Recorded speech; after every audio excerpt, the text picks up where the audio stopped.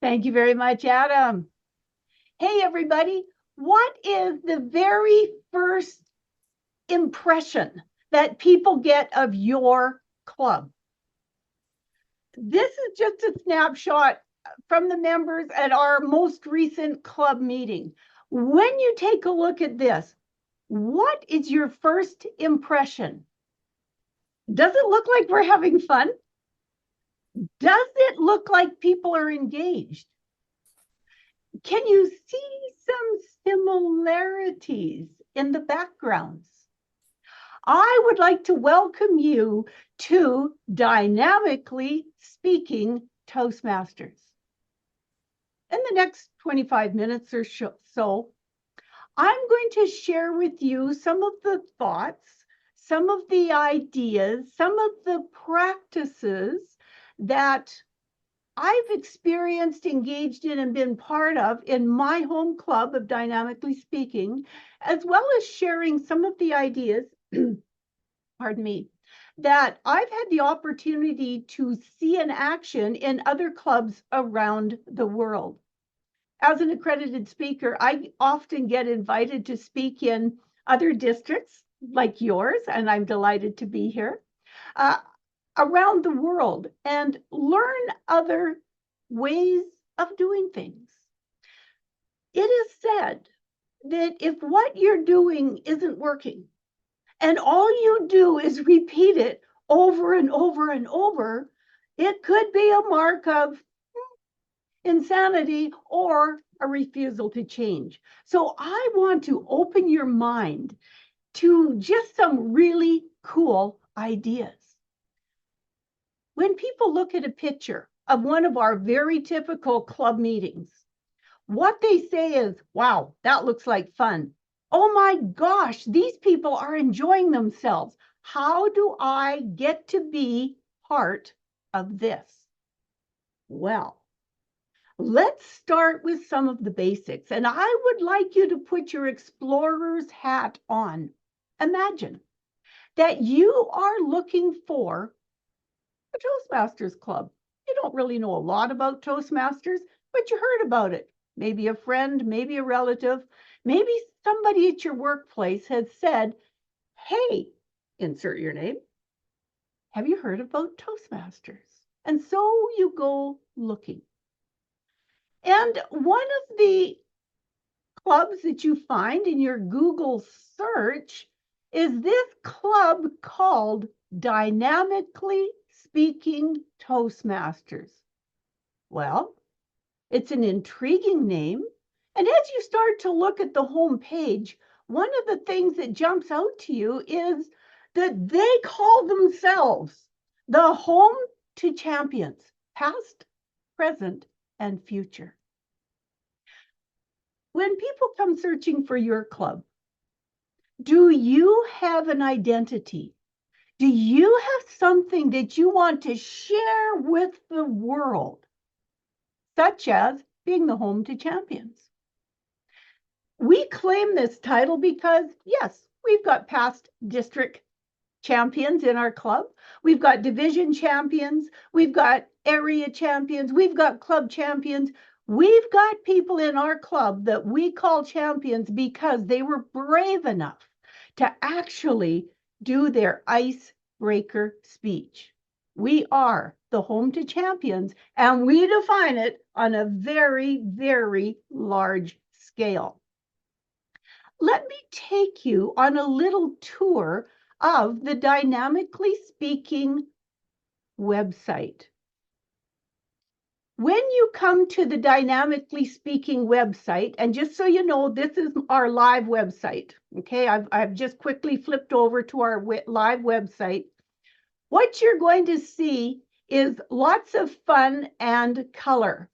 And you're going to see, hey, we have just had our Table Topics contest. We have club champions. Look at this, Tammy and Joelle, who's here with us tonight, are club champions. If you flip the page, you're going to have an invitation to our next meeting. Our fabulous February is starting, and we're having 4 speeches in an hour at our next meeting. We want to let you know that if you come to visit us, you're going to belong, because you can improve your speaking skills and gain self-confidence. You see, already what we're doing is showing you what's in it for you. As we go along a little further, if you want, and if you click right up here, you can get our latest club newsletter. You can find things about speech contests and different things that are going on. And it's a document that you just click on right on our homepage, and you can find out more about dynamically speaking. Oh, look at this. We have members that are profiled in the media. Oh, wow. Look at this. Sandra Wigg, one of our amazing members, was profiled in a podcast, and we shared it with everybody, and we've got it with her permission. Just so you know, we always get our members' permission, and it's right there on the front page.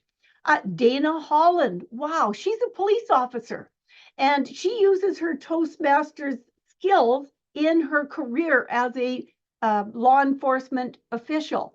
And she's got a wonderful article that was published in one of the police magazines, and we've got a link to it right here.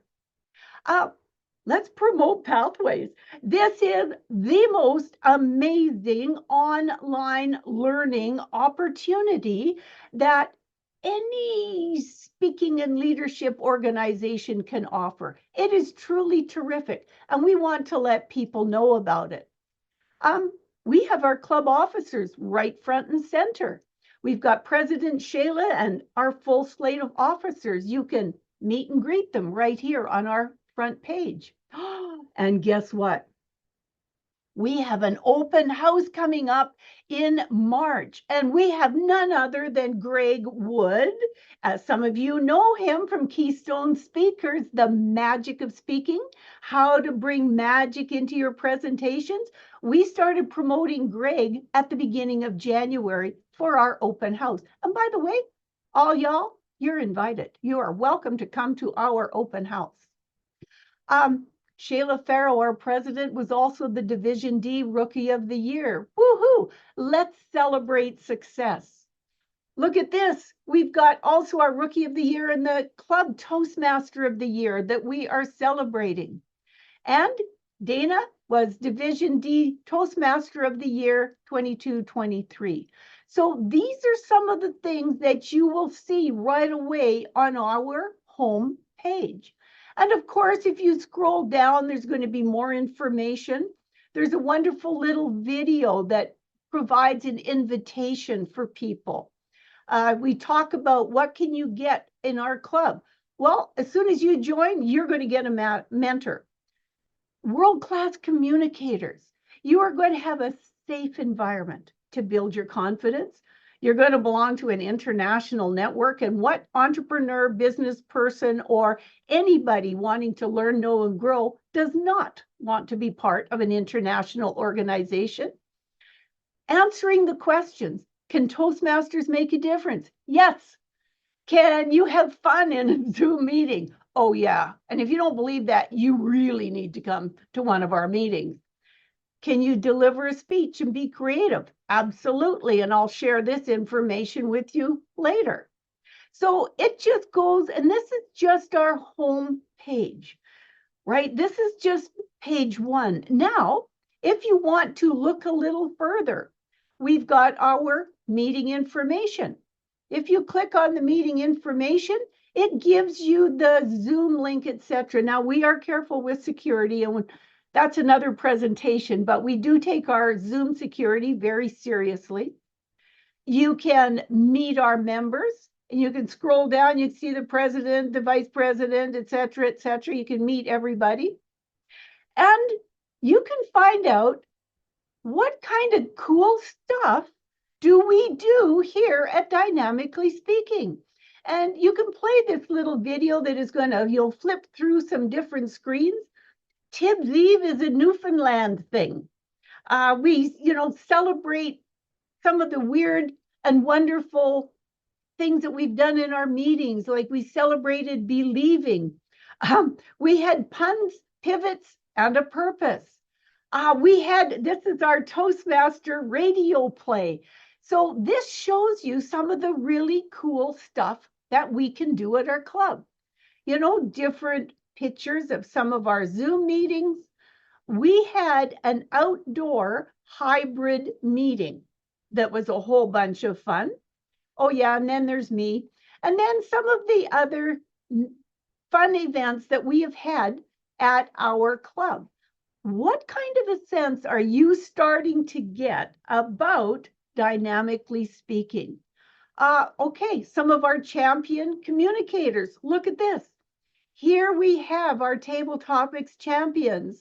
We have our rookies. We've got our other speech contests. Our international speech finished competitor finished second at the division level. So, you know, all of these things, you're starting to get the sense that this is not a laid back club that just sort of goes along to get along. We also profile our members when they're in the news. It was interesting. This article here was in the April 2024 Toastmaster magazine. This is our member, Dana, the police officer. Well, she did a high performance leadership project where she put together our outdoor hybrid meeting in the Canadian Rockies. We had about 20 people on site. We had about 10 people online from around the world, and we did it outside in somebody's backyard. Well, she wrote about it in the Toastmaster magazine. How fun is that? And then, of course, we had Sandra LaBouche, who is a world champion hoop dancer, was one of our members, is no longer a member because she got so busy that she just couldn't take time for a 7 o'clock in the morning meeting, which was unfortunate, but she was an absolute amazing member. Humanitarian awards for some of our members that reach out to other countries, speech contests, etc., etc. So what we like to do is to truly celebrate, oh, it did work, yay, to truly celebrate our members. So just looking at our website, just quickly throw in the chat. I won't be able to see them, but Adam will be able to see them. Throw in the chat, what if you had never seen Toastmasters before and you were to poke around and look at the things on our website? What would be your thoughts about Toastmasters? Just quickly toss in 1 or 2 words.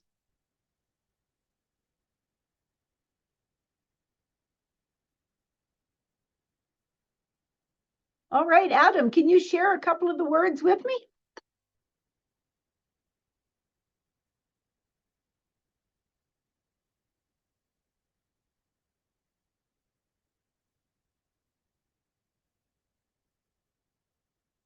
All right, so I've got engaging, fun. Yeah. So what is your club website like? We use Free Toast Host. It's a free website service open to Toastmaster clubs. And what we do is we use it to promote our club, to have an international presence. We use it for the agenda services. We use it for the membership maintenance ability that it has. We like Free Toast Host because it works for us. Now, you might want to use Easy Speak, or you might have brilliant people in your club that can create your own website. Whatever you use or your clubs use, this is your introduction to people that are looking for, who are seeking a place to learn, to know, to grow, and to develop. There was a reason that they came looking and found your website. So my encouragement and challenge to you is to, if you do not already have a website, or if you've got one that isn't robust, start thinking about how can you set your stage, your presence. What is your club about? Now, I know that there's clubs that are like book clubs, absolutely amazing. So let people know that your club is like a book club, and that's what you do. There's one club, I absolutely love their name. They're called the Virtual Vampires, and it's made up of members from the U.S. Coast Guard. I thought, wow, that is really fun. And when you go looking for them, you see what their presence is all about. So just a starting point is to think about, how searchable are you? And when people find you, what do they see? So this is for the public. Let's move ahead and just take a look at, what are some of the tools that you can share with your club members that they can either use in their club meeting or when they're like me and bebopping around the world. For example, this is one of the Zoom backgrounds that is available to our members. And here's the cool thing. You see that? That's a QR code. Do you know what happens if you take your phone and you take your camera and you shine it on that QR code? You go right here. You go to our homepage. So now you're getting that introduction to what dynamically speaking is all about. Now, I would love to take credit for doing this, but I can't, because I saw this in a club in Southeast Asia. I was speaking at a district there, and they said, oh yeah, well, we use these QR codes and we put them in our Zoom backgrounds. I'm going like, bing, brilliant idea. And so when I first met Adam, I was doing a presentation and I had a background like this, and lo and behold, next time I saw Adam on Zoom, you know what he had? He had a background with a QR code in it. Attaboy, Adam. There you go. Look at Adam's background. That is fantastic. So these are just some of the tools. Now, this year, one of the new things we're starting is we're having like fun themes every month. And you would have noticed when you saw the picture of our club, some people had the Joyful January background. Well, the Joyful January background, it's got our virtual banner, it's got the QR code, and you're not going to believe starting today what we're using. Oh yeah, fantastic February. And there's marvelous March and awesome April, and it's going to go throughout the year. And again, this is just fun and engagement. When people come as guests to our club and they start seeing things like this, they realize that, hey, you know what? This is a great, fun, learning environment. We are not taking ourselves seriously, but we take our learning very seriously. And of course, the support and encouragement of each other. Another presence that you will see with us is, this is a banner that we use on some of our different social media.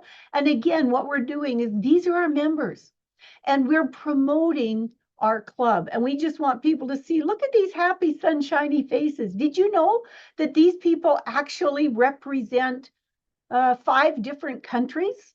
Yeah, pretty cool. Pretty cool. And of course, this is the famous slide that Adam copied, and I'm so glad he did. And if this is something that you want to do for yourself, for your club, for your area or whatever, please steal the idea. just take it, use it. Have somebody with the talent. I don't have the skills to do this, but one of our club members does, and she builds backgrounds. It's amazing. It's our VP of PR. But have somebody build it like this. And anytime you're speaking, if you're visiting a club or visiting another area or a division, etc., why not have your background? This also works for those of you that do professional presentations. This kind of thing can work. I use something like this as a closing slide if I'm doing a corporate presentation or if I'm doing a professional presentation. Hey, it never hurts to advertise. And I do let the organizers know that, hey, my very last slide is going to be encouraging your employees or your people in your organization to take a look at Toastmasters, where they can learn top level leadership and communication skills. I've never yet been turned down from having my final slide in a professional presentation to be this one right here. So just a thought. So what are some of the fun things you can do? Well, you saw on our homepage that there was a video of this guy that had a shower cap on. So our very first meeting exclusively on Zoom was our first meeting in March of 2020. We were an early adopter of just jumping on Zoom and just dynamicking our way forward. Well, the very first meeting, one of our members gave a speech. And I'd just like to share some of the opening pieces of this speech with you.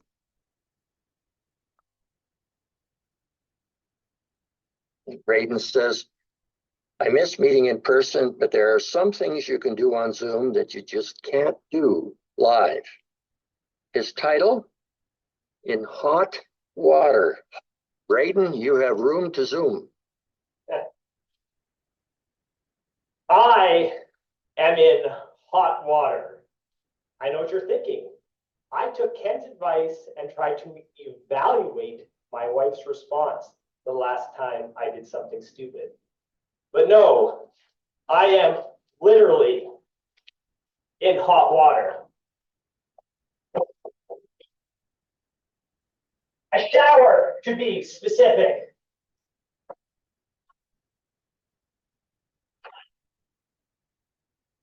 A document created for Newfoundland Power suggests the average Canadian uses 46.25 liters of hot water every day. So chances are you already have been.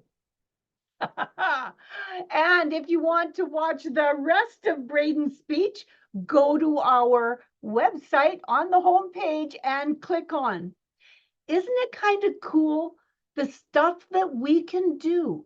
And it's just by thinking outside of the box. Could he have taken a shower at an in-person meeting? No. Well, probably not. Not where we were meeting anyhow. And so what we did is that we just embraced the fact that the world was different. And it was through embracing that the world was different that from March of 2020, our club, which sat at about 22 members, within a year had grown to 58 members in 7 countries. And how did we do it? We embraced the new. Now, we have chosen to stay as an online club because we have members in 4 different countries right now. And we meet at 6:58 for 1 hour and 2 minutes every Thursday morning at 6:58 a.m. And so looking at time zones, etc., we have chosen to stay online because our members didn't want to leave our club. Do you have members that begged to stay in your club? I mean, that was certainly what was happening for us. Our club is 27 years old today. Today is our anniversary. Woo! Happy anniversary, Dynamically Speaking. And these are just a couple of our banners, our original one and our other one. And this picture doesn't have all of the ribbons, but we're very proud of the success of our members as well as our club.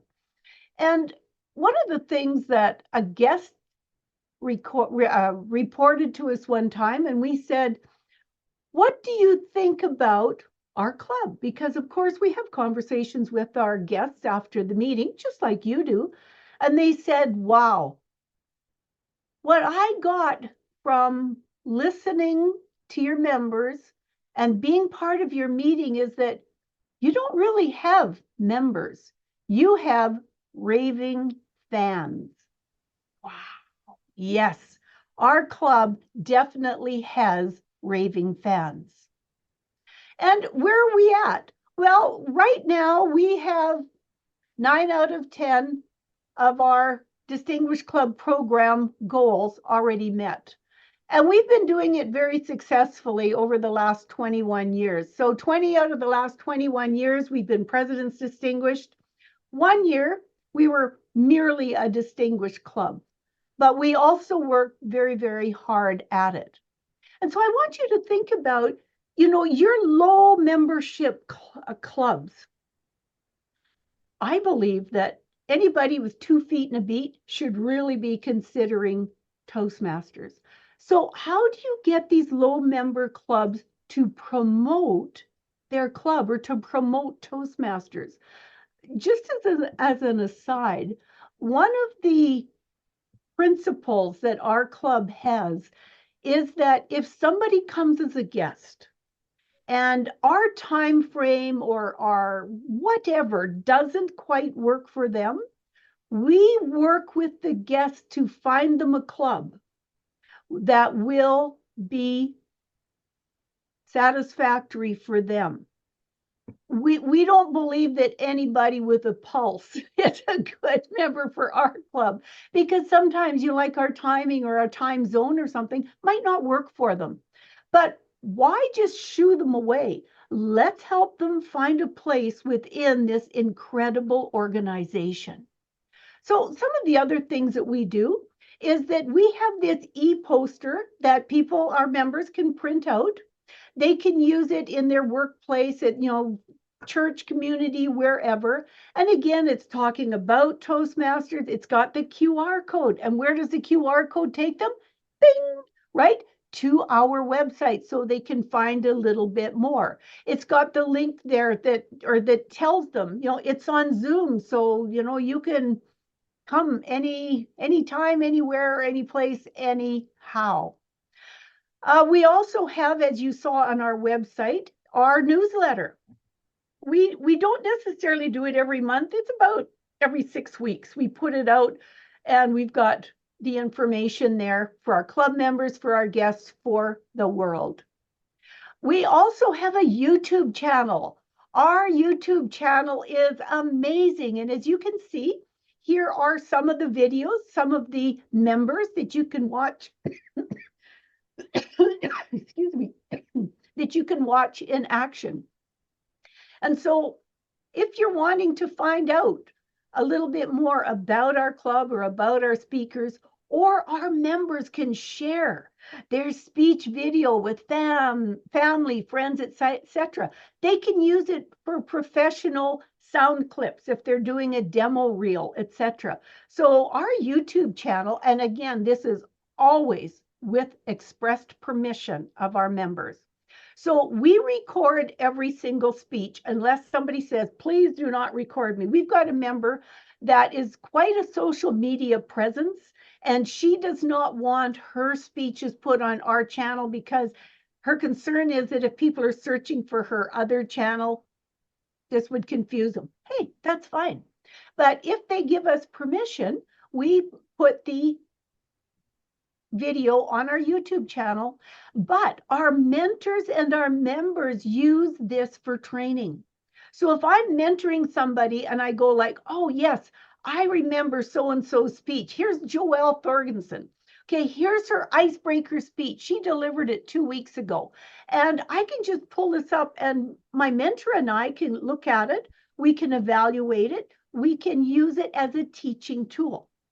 How many teaching tools do you have available for your members, your leaders, your clubs, your area, etc.? It's just a terrific tool.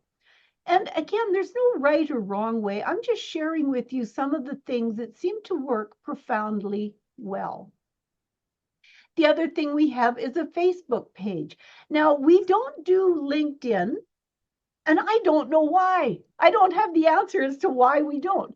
But we do, like the web page and the YouTube and the Facebook. This is our Facebook, and we post things from our club as well as around our area and district.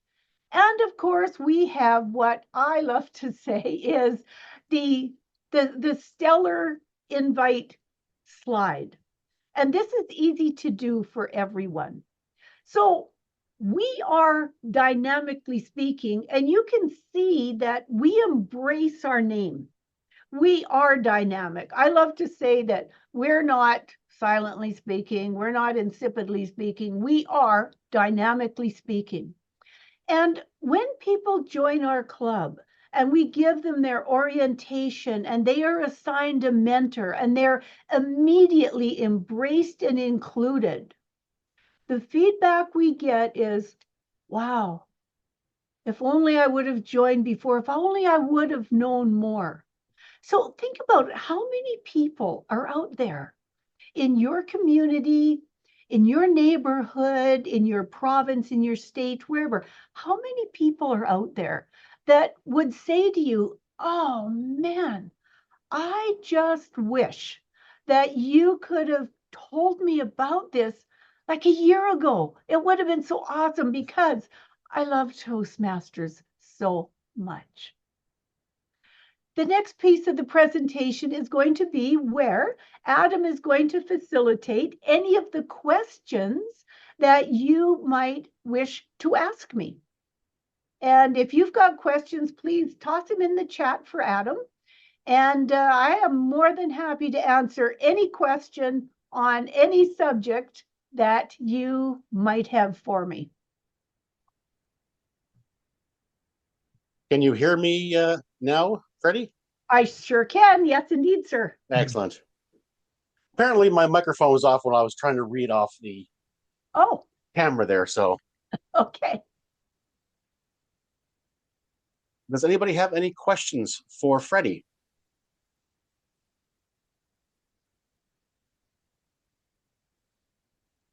Oh, wait, there's one thing I did want to kind of mention. You were saying before that Dynamically Speaking spun off a sister club. Yes. Yeah. Can you tell us about that? You bet you. So we were approached by a shelter workshop here in our community that wanted Toastmasters for their clientele, who were adults with developmental disabilities. So we met with the staff there and the director, etc. And this request came back to our club. As a club, we supported and mentored a new club called Naturally Speaking. These are amazing individuals and terrific Toastmasters. Every member of this club, and at last count, I think there was about 28 members of their club, was an individual that had some sort of life challenge. So they were individuals that needed to work in a sheltered environment, but what the organization wanted was to help them with their self-leadership and their communication skills so that they could then start to advocate for themselves. From this club, we have had area speech champions. We've had individuals that have traveled to the district conventions with their care worker, etc. Naturally Speaking is an amazing Toastmaster club. And so think about some of the other areas. Think outside the box. What are some of the other areas that maybe need something like Toastmasters for people to find their voice and to develop those self-leadership skills? Yeah, thank you for asking, Adam. They are just a terrific group of individuals. It definitely sounds like it. Mm-hmm. Okay, we do have a couple of questions. Patricia asks, how do you attract guests beside the web page and open house? Well, we don't keep our club a secret. We do, like the majority of our members, when they interact with people, whether it's friends, relatives, strangers on the street, etc., they always mention Toastmasters and invite people. And that's why we've got the backgrounds, etc., and the posters. One of the things that we do have is that we've got several folks that lead workshops and, as part of their career. And so they always use that closing slide as part of their workshops and invite people. We also have an international presence because we've got members in different countries, but also we encourage our members to go out and visit other clubs, go visit other areas, go visit other districts. And through that visitation, they get to say, hey, you know what? This was a great meeting. Why don't you come back to ours? And so we use definitely the social media. We definitely use that. We're easy to find if you're looking for Toastmaster clubs. And again, it's because of the search algorithms. You know, we're pretty easy to find. But it's our members. It is our raving fans that say, hey, I want you. Adam, I really like you. I want the best for you. I want you to be successful in your life and your career. Why don't you come and visit my Toastmaster club and just see if it's going to be something that works for you? So developing that environment of raving fans is really helps our guest count. In fact, two of our newest members, they just found us online. They just found us and they popped in one Thursday morning and felt welcomed and joined our club. Does that answer the question, Adam? I think so. Okay. One kind of follow-up question. I was wondering, do you in your club do advertising on Google? No, we do not. We had talked about it, but at the time that we were talking about it, we had a terrible problem. Now, I'm so glad we're on Zoom because, you know, you can't reach out and try to choke me.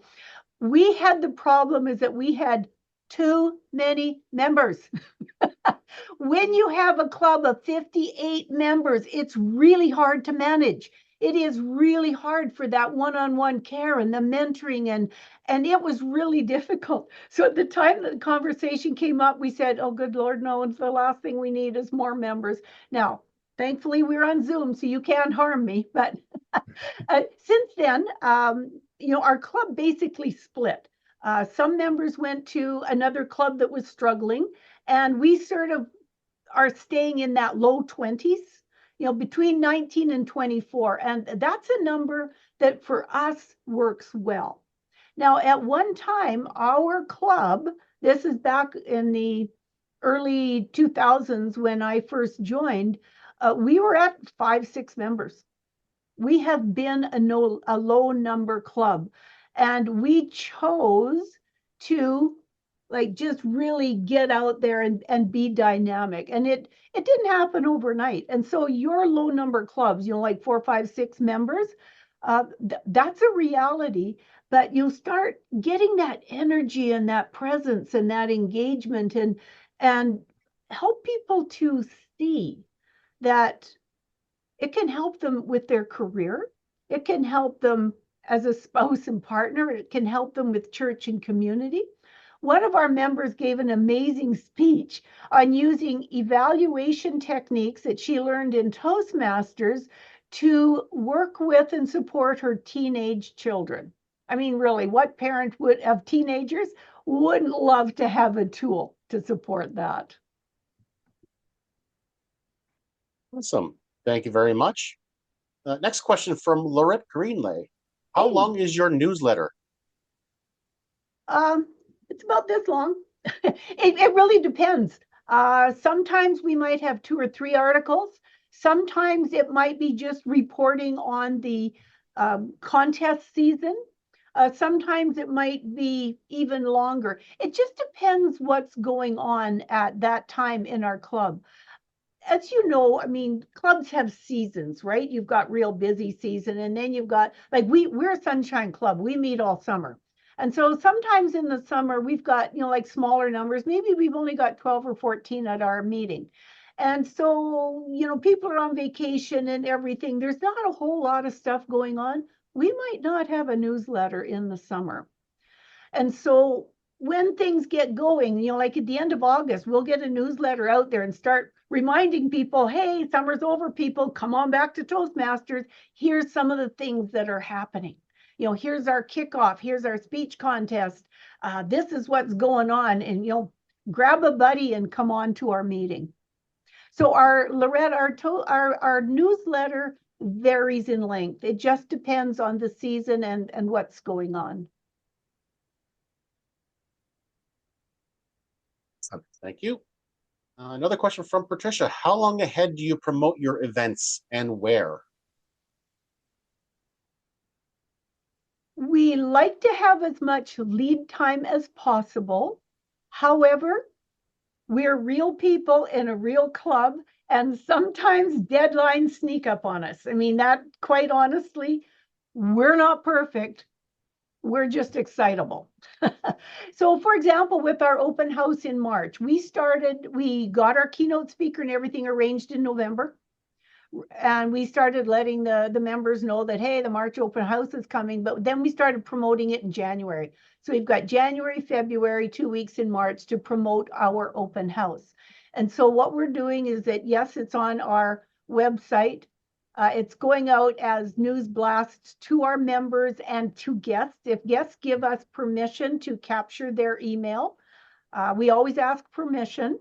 If they've given us permission, we'll send the blast out to them saying, hey, have you ever thought about putting magic in your presentations, professionally or et cetera? Well, we've got a guy that's coming to show you how to do that. Why don't you come back and visit us?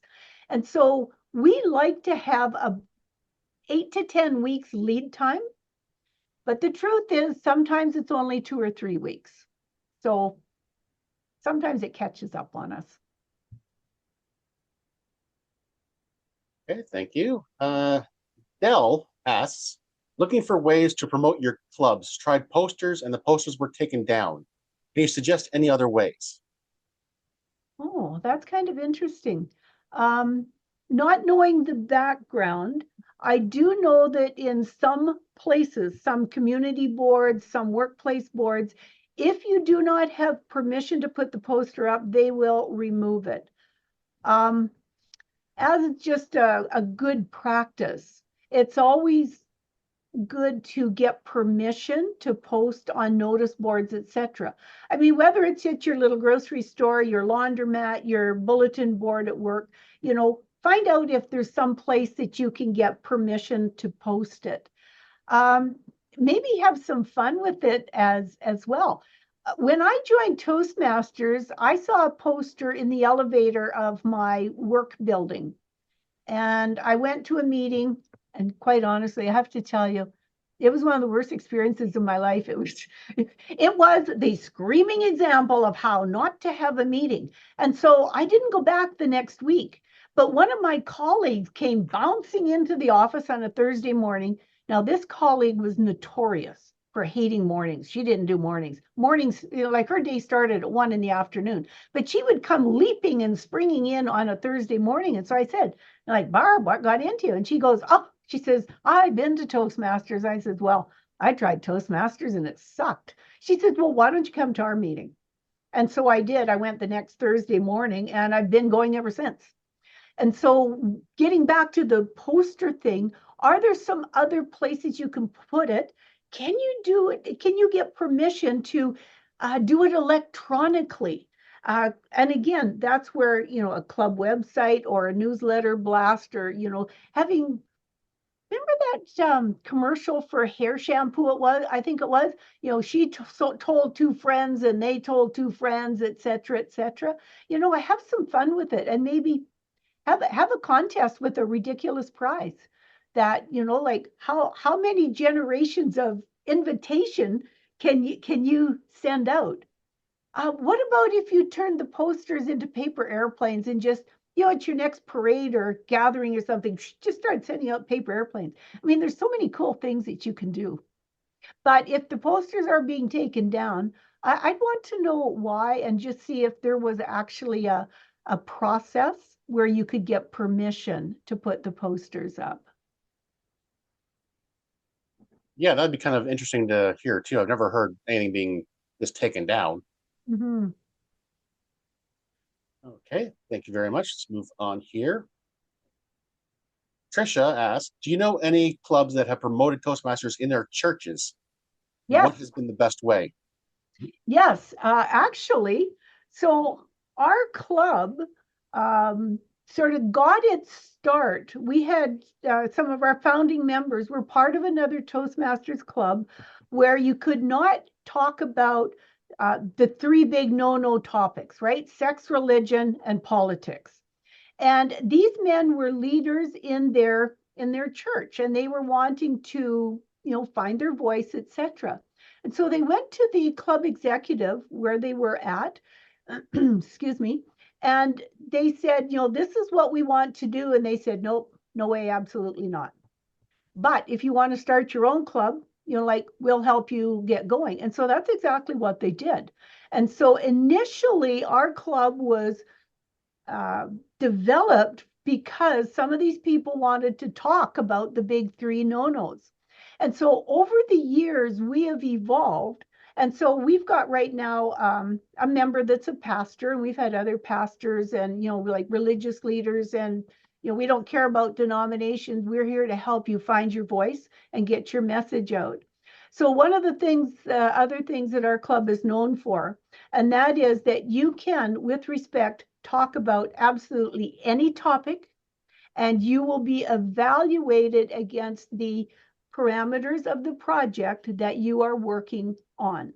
So it is a safe place to practice your message. So we have had people that have wanted to be community government. We've had provincial government people. We had Miss Teen Canada, practicing for her pageant. We've had, like I said, people that are active in their church and your community, etc. So again, take a look at what is the spirit of your club. Now, for some clubs, especially corporate clubs, right, they might have parameters around what they can and cannot have as presentations. I mean, the beautiful thing about Pathways is that you can customize it so well to whatever it is that you are wanting to learn and to develop and to grow. But we also have to be sensitive to the environment. A community club, I don't see that would have those parameters put upon them, but it would be up to, what is it that you want your club to be known for? We've got a local club here that they just ace Robert's Rules of Order. That's what their club is about. And if you're wanting to do that, if you're a board member or somebody and you want to really learn about Robert's Rules of Order, well, that's the Toastmaster Club for you. And so, whether you're, speaking in support of your faith, or your politics, or just topics, or finding your voice at work, there's a place for that. One of our members did a high performance leadership where there was a program that they had at their church, and this person, as their high performance leadership, took on being the person that got this program up and going. And one of the things that he promoted to the people that came to this program at the church was, hey, what, maybe you want to think about Toastmasters, come and talk to us and you can find your voice. So again, if it's done with kindness, with empathy, with appropriateness for the environment, I haven't come across an environment where I have not invited people or told them about Toastmasters. So can you do it at a church in the appropriate way? I believe the answer is yes. Thank you. Did have another question here, but I'm going to skip ahead one. So I still got yours, Suzanne, there. But Patrick was asking, how do you convince, because we're just talking about it, how do you convince members about the importance of pathways? Same members like doing table topics, but do not want a prepared speech through Pathways. My answer to that would be, what is that person's individual learning goals? What is their goal? What is it that they want to learn, to know, to grow professionally, personally, or some other way? Like, start with that WIFM, WIIFN, right? What's in it for me? So what is that person's goal? Now, if their goal is to merely learn great conversational skills, right, which is what Table Topics is all about, that's fantastic. But also, if you partner them with a buddy or a mentor, right, to help them to learn and become familiar with the program, right? You just do that one-on-one, go and take a look at the program and say, okay, this is an icebreaker. This is what it does. This is how it can help you with your goal to learn better conversational skills, and work on it that way. Just because a person presents that they don't want to, do speeches or whatever, I think it's important to sort of open the curtain and find out what's going on behind the scene. Maybe they're not comfortable with technology, right? Maybe they are terrified to give speeches because they had a horrible experience in grade 5 at the class play. We don't know. And that's why, getting behind the curtain and finding out, okay, why are you here? How can we support you? What are your goals, right, for the next 1, 3, 6 months? And how can we help you to achieve those goals? Here's a couple of ideas that I have, like maybe an icebreaker, maybe we'll work together to put together a speech with purpose. Like, do you want to convince somebody of something? Let's get that speech with purpose pulled together. You can deliver it. We'll give you some great suggestions, and then we can move on. So but you know what? There are people that will not ever be part of Pathways. I think we have to respect that, but we don't just accept it at face value. And one kind of idea I've also I've seen work fairly well, and Patrick can kind of attest to it. In ASAP, for their table topics, they actually do the 5 to 7 descriptive project. So it's a level 3 elective. Mm-hmm. And for table topics, they will give them a question and they have to stretch it into that limitation. Mm-hmm. Does that sound about right, Patrick?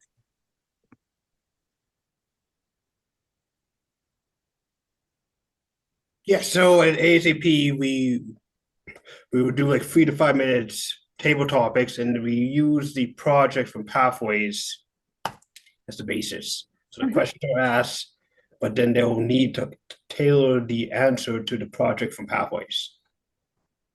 That could be like an icebreaker, recipe for purpose, a descriptive language, connect with your audience, one of those. But they have to go for about 3 to 5 minutes. Okay.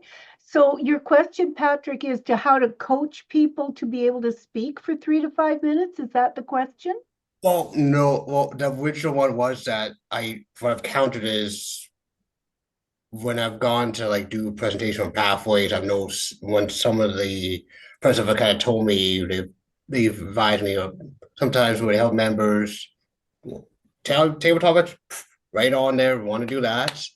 But the Pathways, they're a little bit hesitant on doing that. They like I said, they don't want to see prepared speeches. They want to do table topics, that'll do no problem. But it's the prepared speeches where it's the kind of pushback. Mm-hmm. But to kind of really what helps a little makes more sense and find out to really more look behind the scene and see, okay, so it's because they had bad experience doing prepared speeches, it's a technology issue. Really dig into why are they there as a Toastmaster member. Mm-hmm. Mm-hmm. One of the points of resistance that I found, Patrick, is that people don't understand how to structure a speech. Now, whether it's a table topics response, right, of 2.5 minutes, or a icebreaker, 5 minutes, or prepared speech, 7 minutes, it's the same structure. It is the same structure. It's just then, how do you now take your skills and add a story or an anecdote or a reference point, etc.? So showing people that table topics or conversations have a structure to them, teaching them the structure, and then showing them how they can take this model, this structure, and they can expand it or they can shrink it. I did a presentation called Peer to Peer, and it's on our YouTube channel, actually. And in that, I'm talking about a model that works. And as a professional speaker, that's the model that I use, because sometimes they say, come and speak for 30 minutes. And then they say, well, can you fill an hour? Or they say, come and speak for an hour, and then they only give you 30 minutes. So you have to be able to, it's like a slinky, right? You have to shrink it and expand it and shrink it and expand it. And so if we can teach people that all speeches are identical in structure, because they are, opening, body, conclusion, It doesn't matter whether it's a contest speech or table topics, right? Opening, body, conclusion. How do you craft your opening? What are some of the elements you need to have in the body? What kind of structure can you have in there? And then, of course, your conclusion. And so if you show people that this structure works for whether it's table topics or giving a prepared speech, it's that learning about the structure. That foundational piece there, Patrick, can help to overcome some people's resistance to prepared speeches because they just, it's the tool, right? And if you don't have the tool, if I sent you out to dig a hole in the backyard and all I gave you was a butter knife, right? Come on, that's not going to work. And so, giving people the shovels that they need, the tools that they need to present, whether it's a table topic or prepared speech, it's the same thing. It's the same thing, only different, if that makes any sense to you. Does that answer your question, Patrick? Yes, it does, Freddi. Thank you. Yeah, and please feel welcome to go ahead and look at that video on YouTube. Just search it's called peer-to-peer. And it shows you that tool. Plus, I'd be happy to come to your district and do some ed sessions as well. Awesome. Thank you What very else you much. got, Adam? You're welcome, Patrick. Yes. Okay, Suzanne Backler asks, do you believe that low member clubs should amalgamate, and what are the benefits? With this one, I kind of want to give a little bit of I forget, I don't even know what the word should be. But I know that right now, the smaller clubs amalgamating would be detrimental to the district at our current situation because we would be losing clubs. However, with the inevitable reorg that's happening, I know out in BC, they now have, instead of 5 districts, they have 2 or 3, each with over 100 clubs.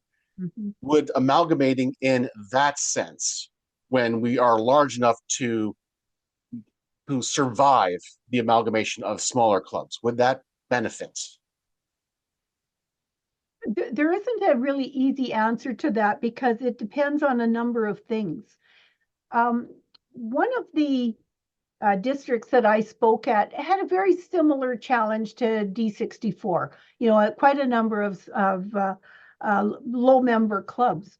And one of the solutions they had is that the 2 clubs didn't amalgamate and become one, but the 2 clubs met at the same time.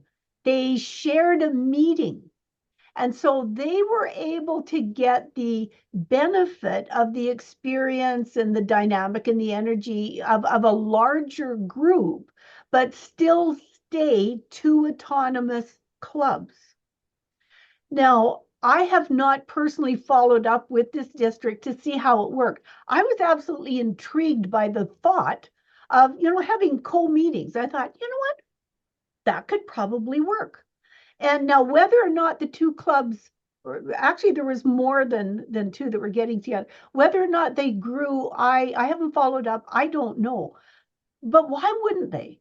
Because now you're getting that larger whole, right? You're getting that energy. You're getting, if you got a club with 5 here and a club with 6 there and a club with 3 over here, and you put them all together, well, all of a sudden you've got 14 people, right? And so there's a more of a dynamic there. I don't see why clubs can't amalgamate. But again, what's your club culture? Like if you've got 2 clubs coming together with very differing cultures, right? Because every club has a culture. That if they're different, how many members are you going to lose because it just isn't a fit for them? I don't have an opinion one way or the other. I have seen where it has failed, and I have seen where it has succeeded, and I have seen thinking outside of the box where you have co-meetings. So that's a tough one. That's a real tough one. I kind of thought the exact same thing. We see 2 clubs that each have 8 members. They combine that 16, so they're more comfortable. But like you said, it could be something that's could either fail or succeed. Yeah, I don't think there's a simple answer to that. And my thought, and this is just my own thoughts, would be to be careful, right? To explore all of the aspects and just make sure it was a good marriage. Okay. Are there any other questions that I might have missed, or have any last questions for Freddi?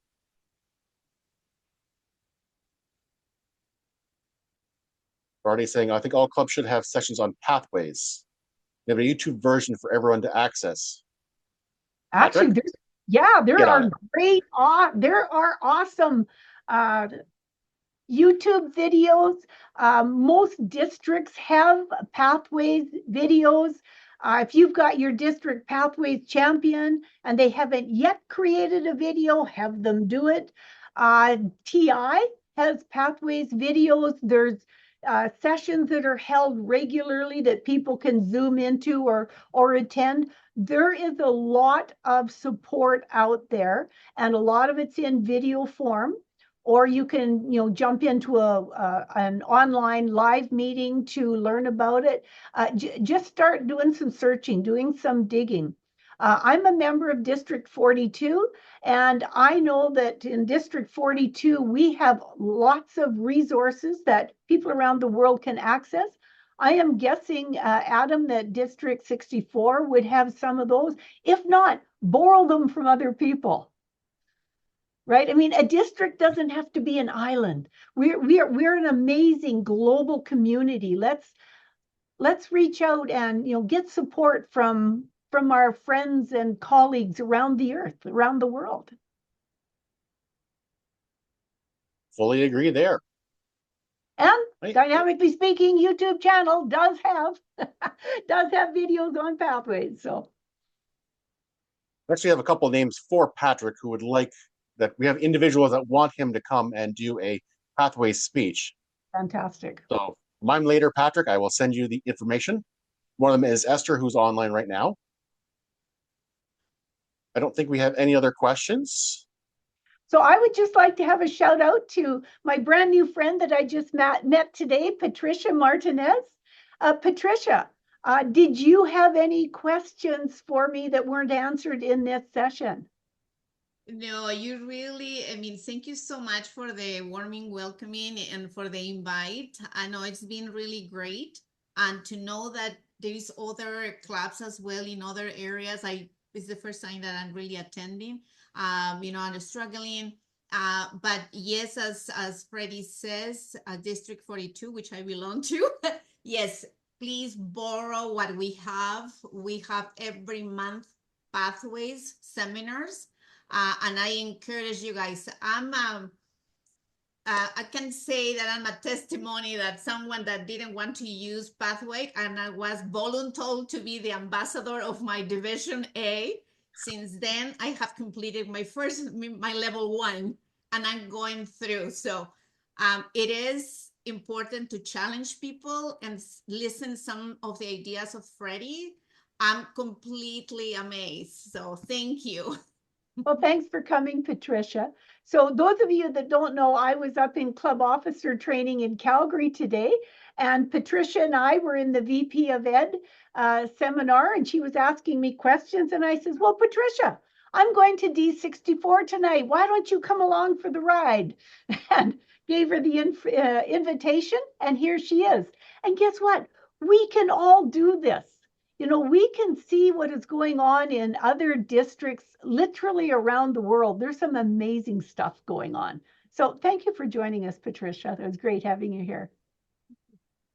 We actually have a gentleman who is in Crossroads as well as River City with me, who went to China, Shanghai, and the Philippines, and have gone to a couple of meetings there. It's really interesting. Yeah. Yeah, we've got a club in Beijing that very frequently their members, it's like 9 or 10 o'clock at night or something for them when we meet. But it's not unusual that we've got members from their club in Beijing. They kind of have an affinity for us, and so they pop over and we pop back. Nice. You That is know, really cool. that was just a thought, Adam. You know, your low member clubs, is there a way of encouraging people to, you know, like pop on Zoom and go out and see other clubs? Sometimes, you know, when you're a low member club, you're starting to think, you know what, my club sucks, Toastmasters suck, I suck, why am I doing this? But to go out and, you know, like encourage them, and like Joelle and Patricia, I mean, they're here, and I'm delighted that they're here supporting me. It's awesome. So can we like do buddies and get some of these low member clubs and go out and visit other clubs, other districts? People do things so differently. Ambassador program, yeah, love it, love it. We actually have an ambassador program right now that basically we have members that they get points for going to other low member clubs. So if Patrick, because he was our champion last year, went to a club and participated in like a low member club, then he would get 3 points for it. And at the end of the year, he got a prize for having the most points. Cool. That's awesome. And incorporate that into across other districts, I think would be a great idea. That'd be a lot of fun. Yeah, I mean, it's whatever works, right? Because we want to support the members in helping them to realize that, boy, this program, this international organization is totally value add for them in every aspect of their life.